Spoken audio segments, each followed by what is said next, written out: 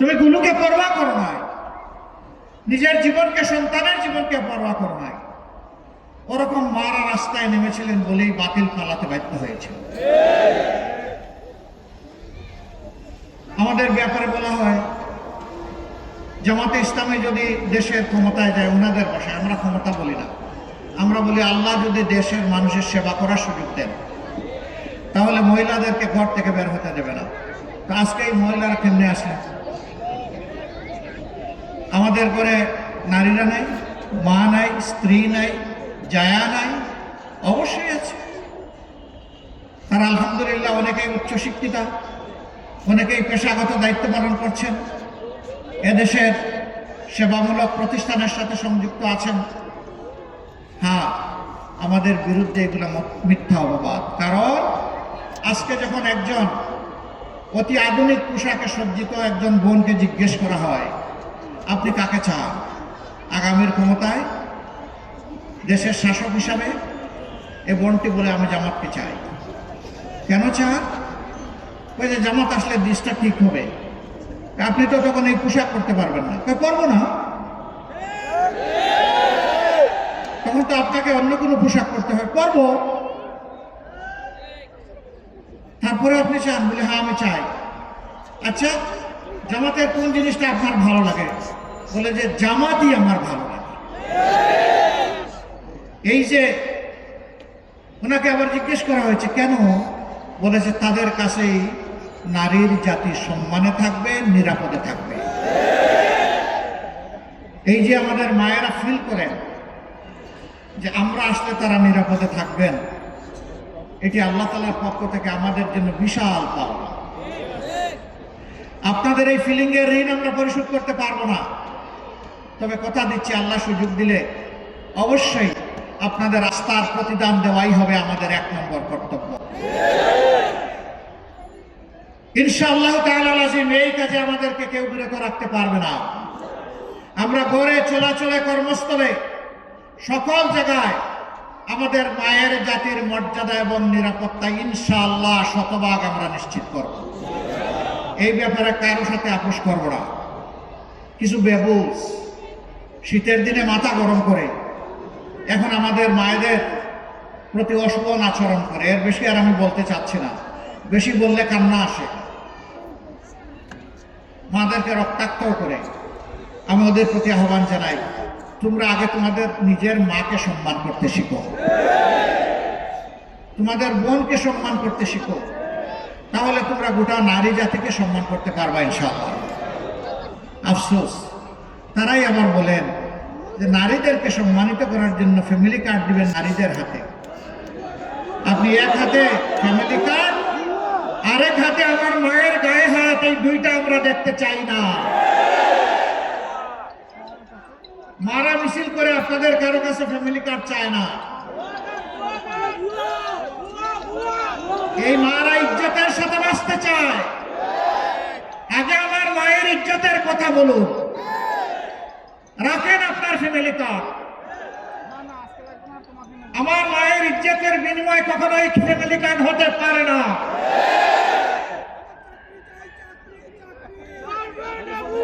সম্মানিত ভাই বোনেরা, যুবক যুবতীরা, আমার বাড়িতে এবং কারো বাড়িতে মিছিল নিয়ে গিয়ে বলে নাই আমাদেরকে বেকার ভাতা দিন।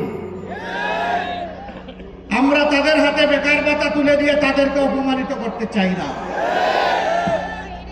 আমরা চাই তাদের প্রত্যেকের হাতে হালাল রুজি করার জন্য মর্যাদার কাজ তুলে দিতে চাই।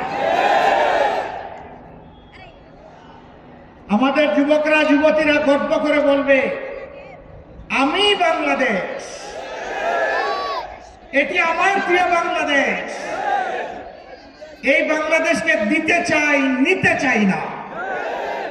হ্যাঁ, রাষ্ট্রের যা দেওয়ার তা রাষ্ট্র দিতে বাধ্য থাকবে, কিন্তু সেটা মর্যাদার সাথে ইনশাআল্লাহ। আমরা সেই শিক্ষা, সেই দক্ষতা, সেই প্রশিক্ষণ, সেই কাজ ইনশাআল্লাহ যুব সমাজের হাতে তুলে দেব। আমাদের অভিজ্ঞতা আছে, মীর কাসিম আলীরা আমাদেরকে দেখিয়ে গেছেন এই কাজ কিভাবে করতে হয়। স্বাস্থ্য সেবার পথ প্রদর্শক যিনি যুগান্তকারী বিপ্লব এনেছিলেন স্বাস্থ্যসেবায়, সহ্য করতে না পারে তারই শেষ করে দিল। ইনশাআল্লাহ প্রতিটি শিশু থেকে বৃদ্ধ, মা থেকে বাবা, সবার জন্য স্বাস্থ্যসেবা নিশ্চিত করা হবে ইনশাআল্লাহ। শিক্ষা কারো করুণার দান নয়। জ্বরে পড়া শিশুটি গরিবের ঘরে জন্ম নিয়েছে, এটা তার অপরাধ নয়। রাষ্ট্রকে তারও দায়িত্ব নিতে হবে। আমরা বংশানুক্রমিক কোনো শাসন ব্যবস্থা চাই না। রাজার ছেলে রাজা হবে এটা দেখতে চাই না। একজন ভিক্ষুকের ছেলেও যদি তার মেধা থাকে, সে একদিন বাংলাদেশের প্রধানমন্ত্রী হবে, এটাই দেখতে চাই। সেই সাম্যের বাংলাদেশ আমরা করতে চাই ইনশাআল্লাহ। এর জন্য আমাদের স্পষ্ট ঘোষণা, দুর্নীতি আমরা করি না, আমাদের সাথে এটা যায় না, দুর্নীতি কাউকে করতে দেব। চাঁদা আমাদের লোকেরা নেয় না, চাঁদাকে ঘৃণা করে, চাঁদা হারাম। এ দেশ আমাদের হাতে আসলে কোনো চাঁদাবাজের অস্তিত্ব থাকবে না ইনশাআল্লাহ। তো চাঁদাবাজরা যাবে কোথায়? ওরাও আমাদের সন্তান, ওদেরকেও শিখাবো, ওদেরকে প্রশিক্ষণ দিব, ওদের হাতে মর্যাদার কাজ তুলে দেবো ইনশাআল্লাহ। তারা গৌরবের সাথে দেশ কাজে লেগে যাবে। যেই সমস্ত ধান্দাবাজরা আমাদের এই ছোট্ট ছোট্ট ছেলেগুলাকে উপকর্মে ব্যবহার করে, তাদেরকেও আমরা সেদিন মর্যাদাপূর্ণ হালাল রুজির ব্যবস্থা করে দেব। কারণ দেশ আমাদের সকলের। আমরা কোনো স্লোগান দিয়ে দেশকে বিভক্ত করতে চাই না। ধর্মের ভিত্তিতেও নয়, কর্মের ভিত্তিতেও নয়, সবাই মিলে আমরা সামনে আগাতে চাই। যারা জাতিকে বিভক্ত করতে চায় তারা জাতির বন্ধু হতে পারে না। অতীত দিয়ে যারা কামড়ি করে তারা জাতিকে নিয়ে সামনে আগাতে পারবে না। সামনে কেবল তারাই আগাতে পারবে যাদের ভিশন আছে, দূরদর্শিতা আছে, সদিচ্ছা আছে, দেশের প্রতি প্রেম ভালোবাসা আছে, মানুষের প্রতি দায় আছে, দরদ আছে, শ্রদ্ধা আছে। দেশ নিয়ে কেবল তারা আগাবে। কোন ধর্ম, বর্ণ কিংবা লিঙ্গের ভিত্তিতে কাজ কেউ পাবে না। কাজ পাবে তার যোগ্যতার ভিত্তিতে ইনশাআল্লাহ। এখানে পলিটোক্রেসি অচল, রাজনৈতিক আনুগত্য অচল। এখানে থাকবে মেরিটোক্রেসি, এখানে থাকবে মেধা ইনশাআল্লাহ তাআলা লাজিম। সেই দেশটাই আমরা গড়তে চাই। এমন একটি দেশ গড়ার কাজে আপনারা কি আমাদের পাশে থাকবেন? সাথে থাকবেন? দোয়া করবেন? আপনাদের বুকের বিছানায় একটু ভালোবাসার জায়গা তৈরি করে দেবেন? জনে জনে সবাইকে বলবেন, আমাদের সালাম পৌঁছাবেন ইনশাআল্লাহ তাআলা লাজিম। আমরা কথা দিচ্ছি, আমাদের প্রতীক এই যে দাঁড়িপাল্লা, সকল নাগরিককে ইনশাআল্লাহ এই নীতিতে ওজন করে তার যে অধিকার তার হাতে সেটা পৌঁছে দেবো ইনশাআল্লাহ। এটার জন্য কাউকে রাস্তায় নেমে আন্দোলন করতে হবে না, মূল্যবান সময় ব্যয় করতে হবে না, পুলিশের মুখোমুখি হতে হবে না, রোদে শুকাতে হবে না, বৃষ্টিতে ভিজতে হবে না, না খেয়ে প্রেস ক্লাবের সামনে শুয়ে থাকতে হবে না ইনশাআল্লাহ। আমরা দায়বদ্ধ থাকব। আমাদের নেতা হযরত ওমর ইবনে খাত্তাব রাদিয়াল্লাহু তাআলা আনহু বলেছিলেন, আমি ওমর শাসক থাকা অবস্থায় ফুরাত নদীর তীরে মানুষ তো দূরের কথা, একটা কুকুরও যদি না খেয়ে মারা যায়, আমি ওমরকে হাসরের দিন আল্লাহর দরবারে জবাব দিতে হবে। আমরা তাদের উত্তরসূরি, আমরা তাদেরকে বুকে ধারণ করি। আমরা তাদের যে পথ, সেই পথ ধরে চলতে চাই।